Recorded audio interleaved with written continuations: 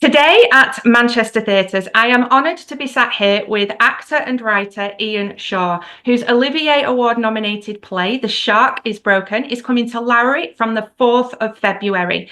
Now, Ian has previously worked with the National Theatre in Warhorse. He's been to the Royal Exchange many times in shows such as The Importance of Being Earnest, The Philadelphia Story, Widowers' Houses, and we have seen him in roles on television and screen such as Johnny English Reborn and Silent Witness.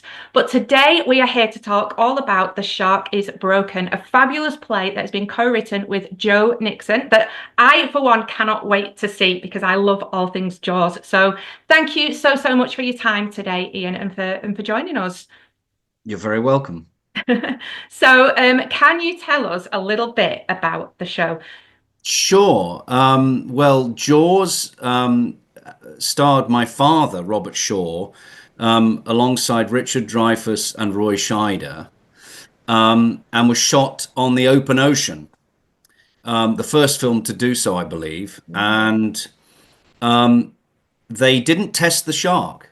Well, they did. They tested it in fresh water. They didn't test it in salt water.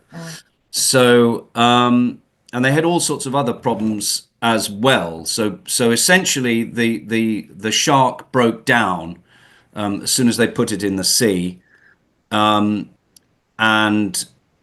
they had to stop filming, and they went wildly over budget. And the three actors on the boat had very different personalities and were at very different stages of their careers.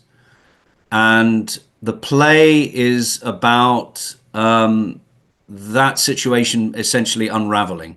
When I had the idea, I thought it was a nuts idea, and so it stayed in a drawer for a long time as just a sort of flight of fancy.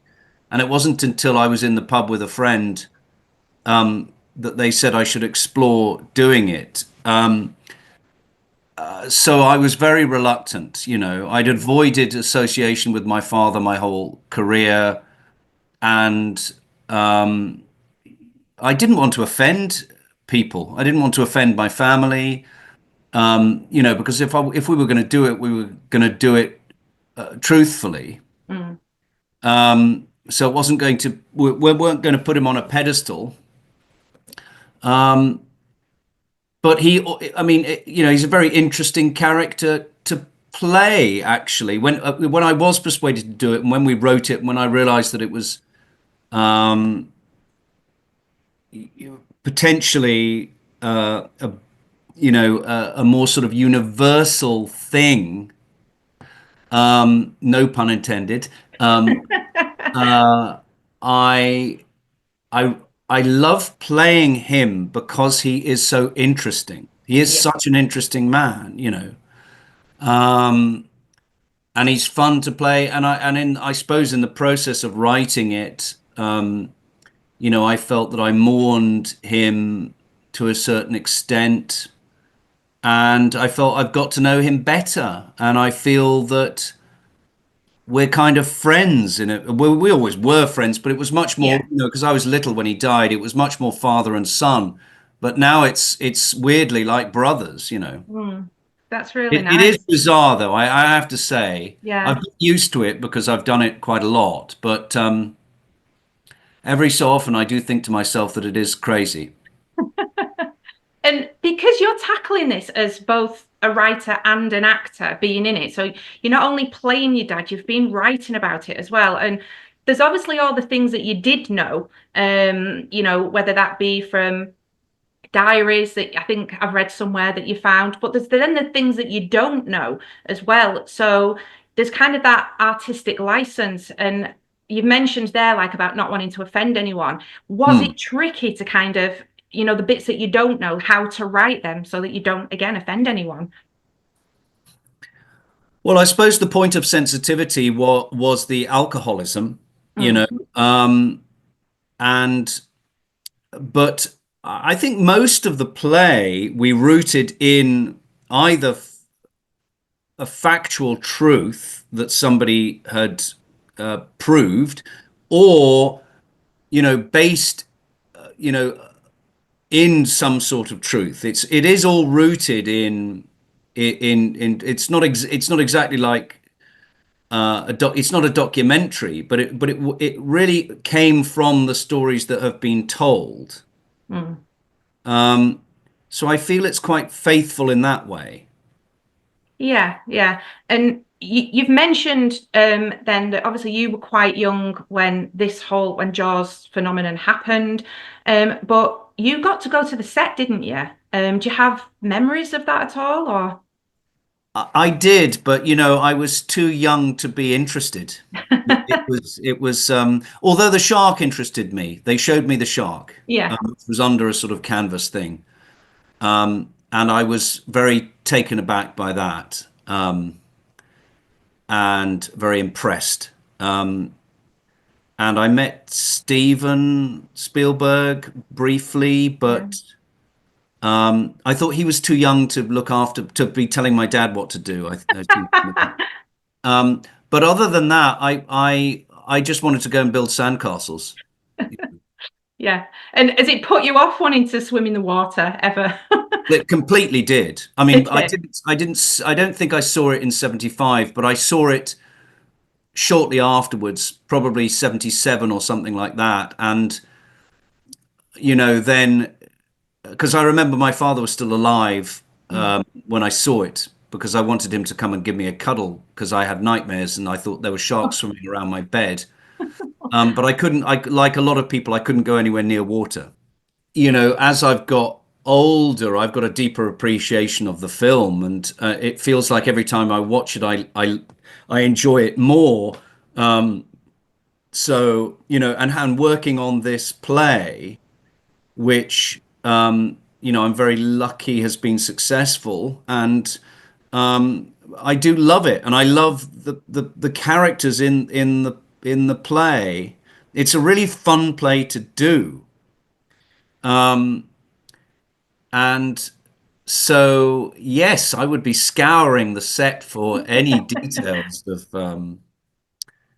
Yeah. story. But I mean, to be fair, there is an awful lot of information available. They've made several documentaries. There have been books written about it, tons and tons of interviews. Actually, coming back to a point you raised earlier about the authenticity, a fair bit of the play is from the horse's mouth. So it's things that my father said, or Roy Scheider said, or Richard Dreyfuss actually said. Wow. So it's not like, I mean, of course, we've written new material for it and pieced things together to make it work as a play.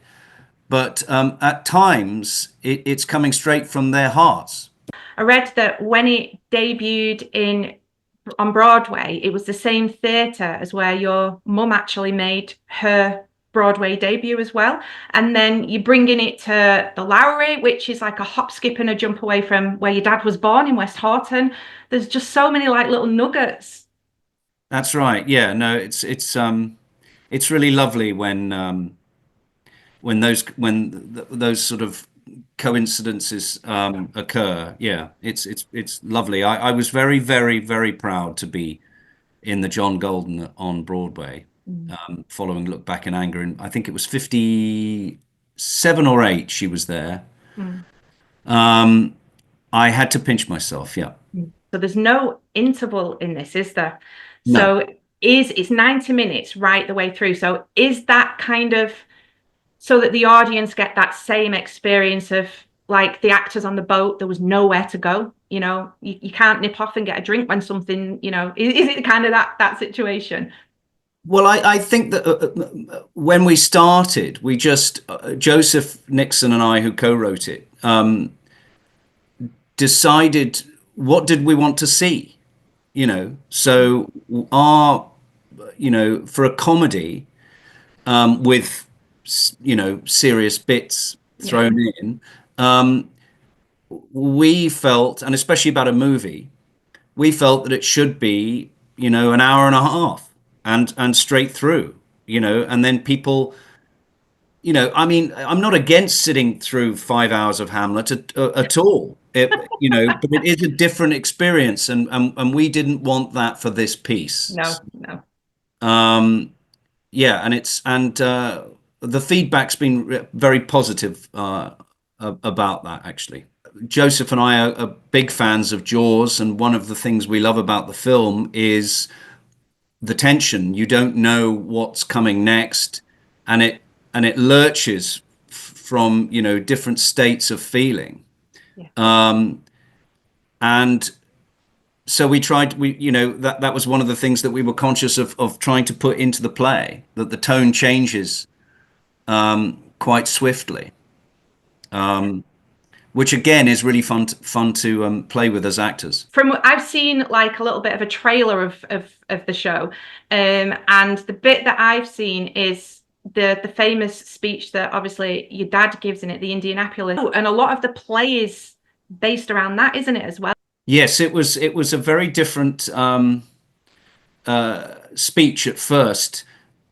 Howard Sackler was one of the early writers, and he came up with the idea for it, which Robert thought was an excellent idea, but it was completely unworkable because it was pages and pages of this story, which was very uncinematic. And then John Milius took over the job of cutting it down and rewriting it, and it was still incredibly unwieldy. And so Robert asked Stephen, and Robert was a writer himself, had written novels and plays very successfully. And although, they're out of print now, so I mean, it was successful at that time, but they haven't really sort of, it hasn't carried over to now. But anyway, he was well respected. And so Stephen let him have a go and was thrilled with the result. Yeah. I don't think Robert can take the entire credit for it. I think it was the three of them. But Robert certainly had a strong hand in the birth of that speech, which has sort of become an iconic cinematic scene. Certainly every actor, well, not every actor, but loads of actors throughout my life have always kind of pointed at that scene and felt very reverential about it. Yeah, because it's kind of got everything. It's a beautiful speech, and I cannot wait to come and watch this show. I've got my tickets, and yeah, you can catch it at Lowry from the 4th of February. The USS Indianapolis, June the 29th, 1945. Damn near 1,100 men went over the side. There was no rafts, none. Oh, for God's sake, I can't say this. It's duller than my tax return.